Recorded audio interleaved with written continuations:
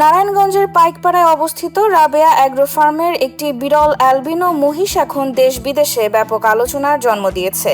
গোলাপি সাদা শরীর, বিশাল বাঁকানো শিং এবং মাথা ভর্তি সোনালি চুলের কারণে অনেকেই মহিষটির সঙ্গে মার্কিন প্রেসিডেন্ট ডোনাল্ড ট্রাম্পের সাদৃশ্য খুঁজে পান।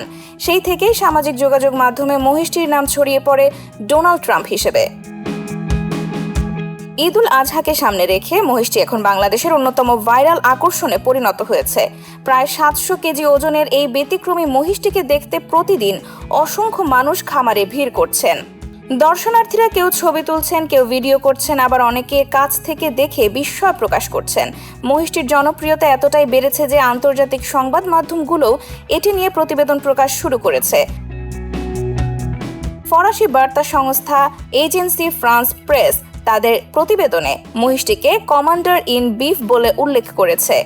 Reuters, the New York Times, the Times of India, France 24, the Economic Times, Dawn এবং দ্য স্ট্রেটস টাইমস সহ বিশ্বের বিভিন্ন গণমাধ্যম মহিষটি নিয়ে প্রতিবেদন প্রকাশ করেছে। অনেক প্রতিবেদনে বলা হয়েছে, গোলাপি ত্বক ও সোনালি চুলের কারণে এটি সামাজিক যোগাযোগ মাধ্যমে ব্যাপক ভাইরাল হয়েছে। খামার মালিক জিয়াউদ্দিন মৃধা জানান, তার ছোট ভাই মজা করেই মহিষটির নাম ডোনাল্ড ট্রাম্প রেখেছিলেন, কারণ মহিষটির চুল অনেকটা ট্রাম্পের পরিচিত হেয়ার স্টাইলের মতো দেখায়। এছাড়া একই এলাকায় বেঞ্জামিন নেতানিয়াহু নামের আরেকটি মহিষও মানুষের আগ্রহের কেন্দ্র হয়ে উঠেছে বলে কয়েকটি আন্তর্জাতিক গণমাধ্যম জানিয়েছে।